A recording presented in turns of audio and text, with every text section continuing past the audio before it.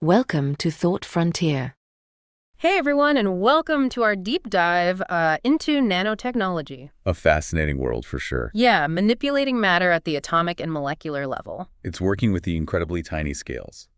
A nanometer is 1/1000th of a meter. A billionth? Wow. Yeah. That's so small. To put it in perspective, a nanometer is to a meter. Like a marble is to the entire Earth. Wow. Okay, that's a really good analogy. I think I can finally wrap my head around just how tiny we're talking here. It is mind-boggling. It is. We're going to be looking at it from all angles today: the history, the applications, and even some of the potential risks. Sounds like a plan. Yeah. So let's dive in, shall we? Let's do it. So the idea of nanotechnology, I was surprised to learn it has actually been around for quite a while. Oh yeah, decades. Really? Back in 1959, there was a physicist named Richard Feynman, who's often called the father of nanotechnology. I've heard that name. Gave this lecture called There's Plenty of Room at the Bottom, where he basically predicted this whole field. Wow, so he had this vision way back then. Way ahead of his time. That's incredible. So what happened next? Well, it took a while for the technology to catch up. Makes sense. You know, with Feynman's ideas. Right. In 1974, a guy named Norio Taniguchi actually coined the term nanotechnology. Okay. And then in the 1980s, things really started to take off. Okay. With the discovery of fullerenes. Fullerenes. Yeah, these weird soccer ball-shaped molecules made of carbon atoms. Okay. Later, scientists figured out how to make carbon nanotubes, which are basically like tiny, incredibly strong tubes also made of carbon. Okay, cool. So we've got these amazingly tiny materials, right?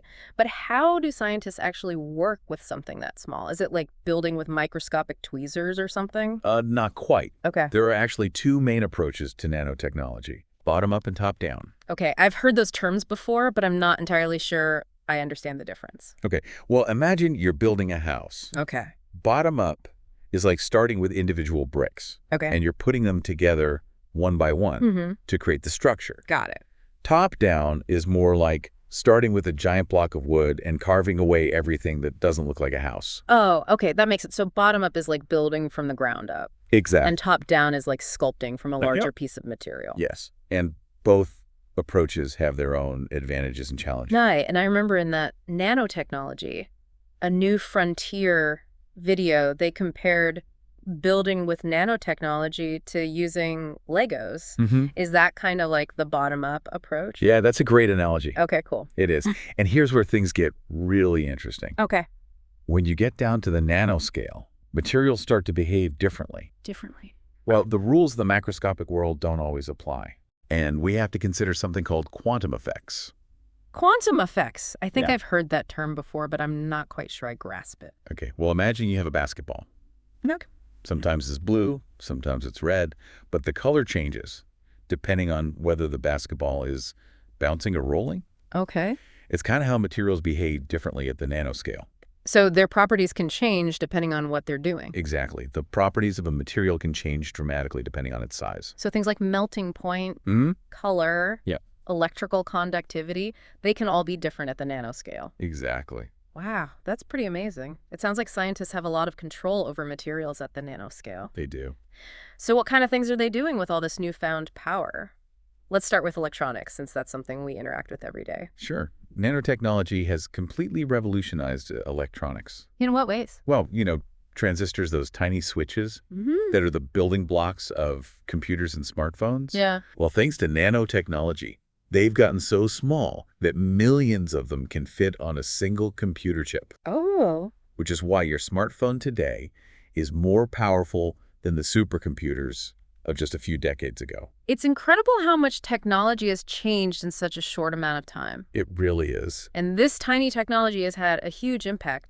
But I'm also really intrigued by the potential of nanotechnology in medicine. That seems like a field where it could really make a difference. Oh, absolutely. Nanomedicine is one of the most exciting areas of nanotechnology research. Oh, wow. Scientists are developing nanoparticles that can deliver drugs directly to diseased cells, Okay. minimizing side effects and improving treatment outcomes. So less damage to healthy cells. Exactly. Imagine a cancer treatment that only targets the cancer cells without harming healthy cells. That's the kind of precision we're talking about. That would be a game changer. You would. The YouTube video we mentioned earlier talked about these things called quantum dots. Are those being used in medicine too? Yeah, they actually are. Wow, they sound like something out of Star Trek. They do sound futuristic, but quantum dots are essentially tiny semiconductors.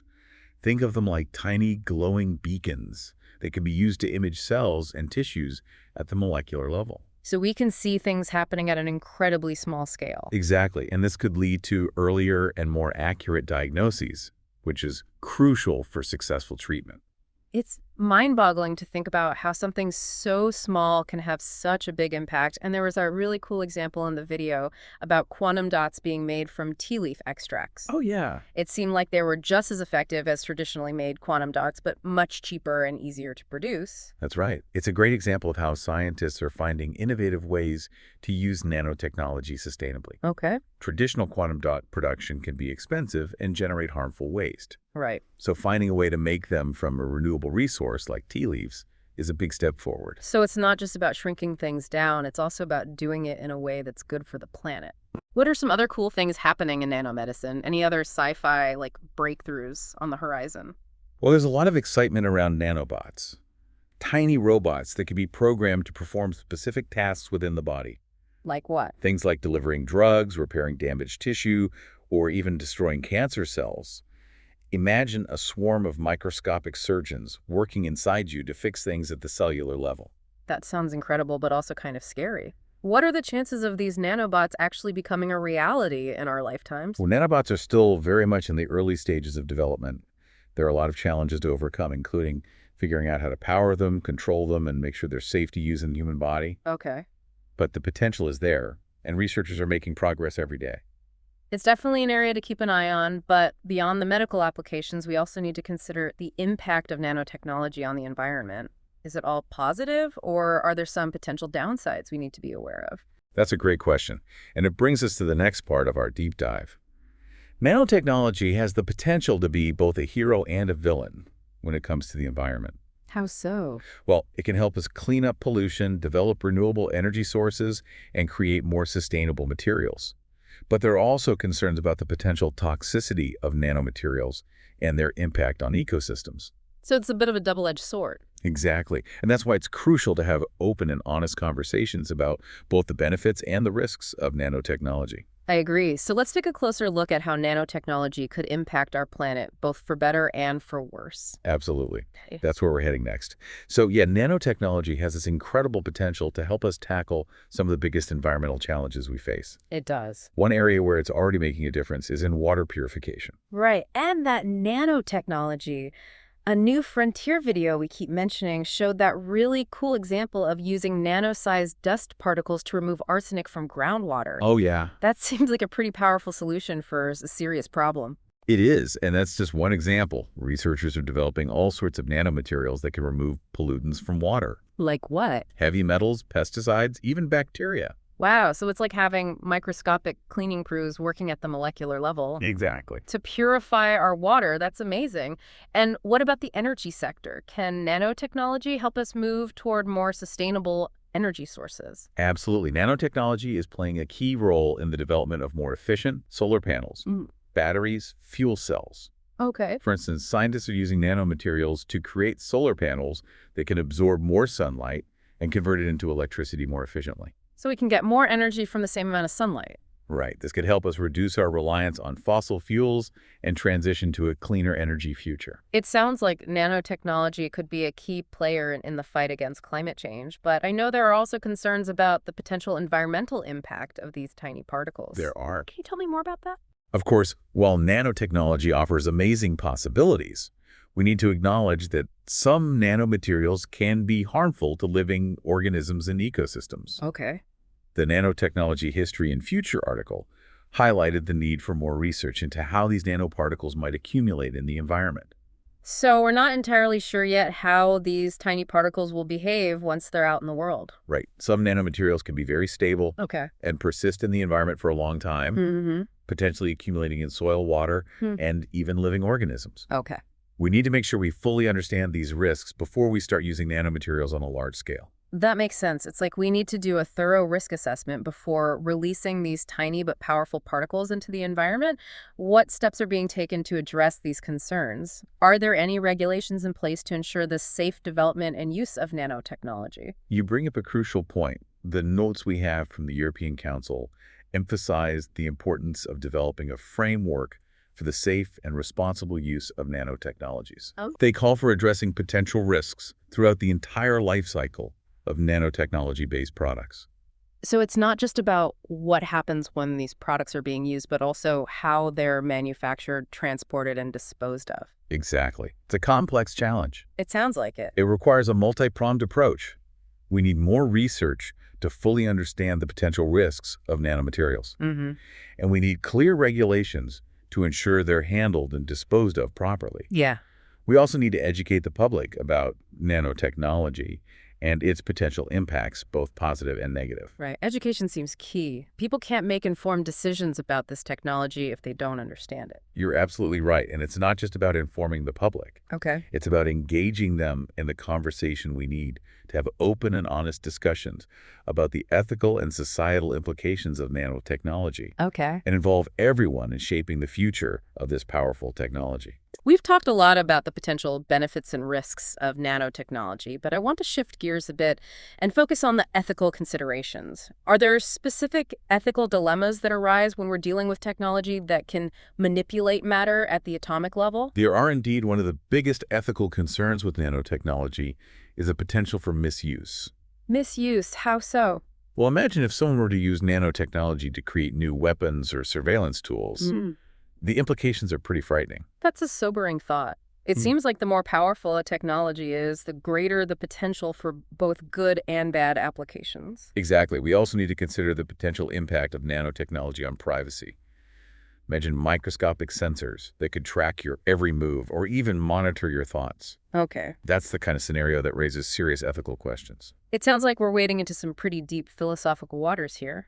How do we even begin to address these ethical challenges? Are there any guidelines or frameworks that can help us navigate this uncharted territory?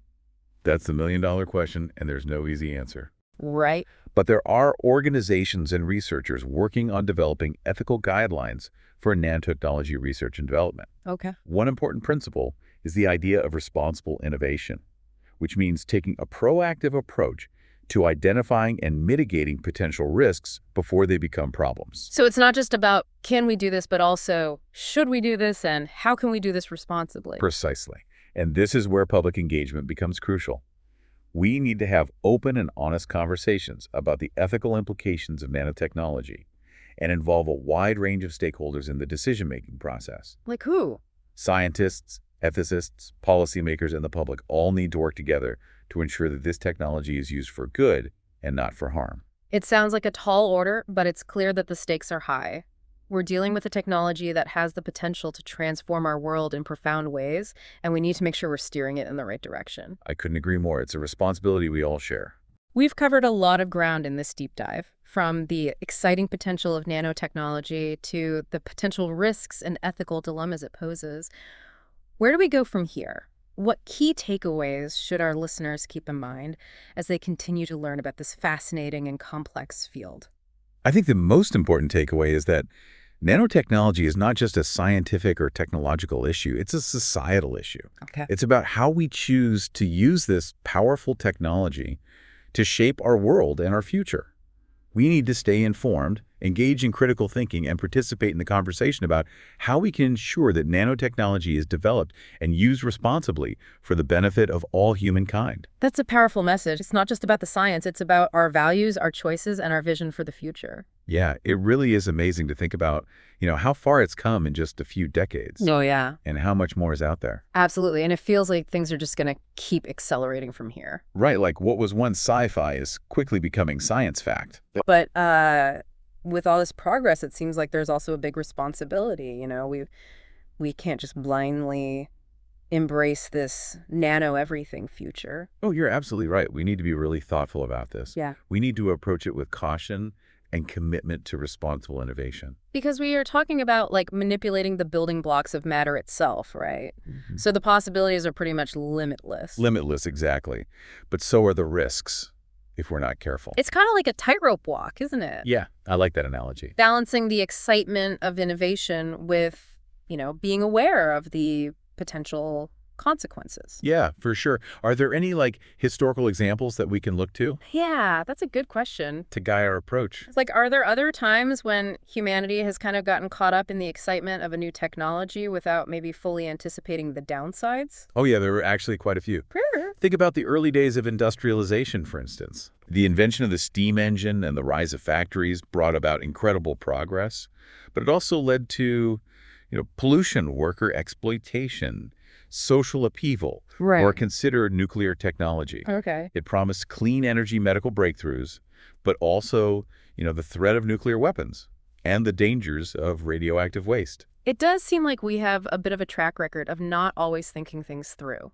That's one way to put it. Hopefully we can learn from those past mistakes and, approach nanotechnology with a more balanced and thoughtful perspective. Well, I think there's definitely a growing awareness of the need for ethical considerations and responsible innovation in this field. That's good to hear. Yeah, there are organizations around the world that are working to develop guidelines and frameworks to ensure that this technology is used for good. It sounds like it's not just a job for scientists and engineers. It's not, no. But also for ethicists, policymakers, and even the general public. Absolutely. Everyone needs to be involved. Yeah. So what are some of the big questions we should be asking? How can we make sure nanotechnology benefits humanity as a whole? Yeah. Well, we need to ask ourselves, what kind of future do we want to create with this technology? Right. What are our values? How can we make sure that the technology aligns with those values? We need to have that conversation now before it's too late.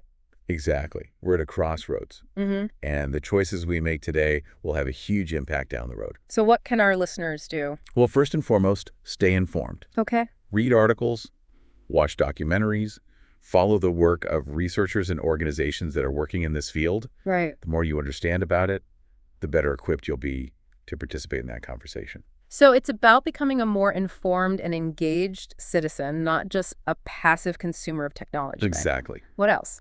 Don't be afraid to voice your opinions. Contact your elected officials. Participate in public forums. Engage in discussions with your friends and family. Right, because these conversations are important. They're crucial for shaping a future where nanotechnology serves humanity and not the other way around. We've covered a lot of ground today. We have. From the amazing science of manipulating matter at the atomic level to the, complex ethical and societal implications of this rapidly evolving field. Any final thoughts? I would say embrace the wonder and the possibilities of nanotechnology, but don't shy away from the tough questions. Right. Stay curious, stay informed, and stay engaged. The future of nanotechnology is in our hands. I think that's a great note to end on. Thank you so much for joining us on this deep dive into nanotechnology. It's been my pleasure.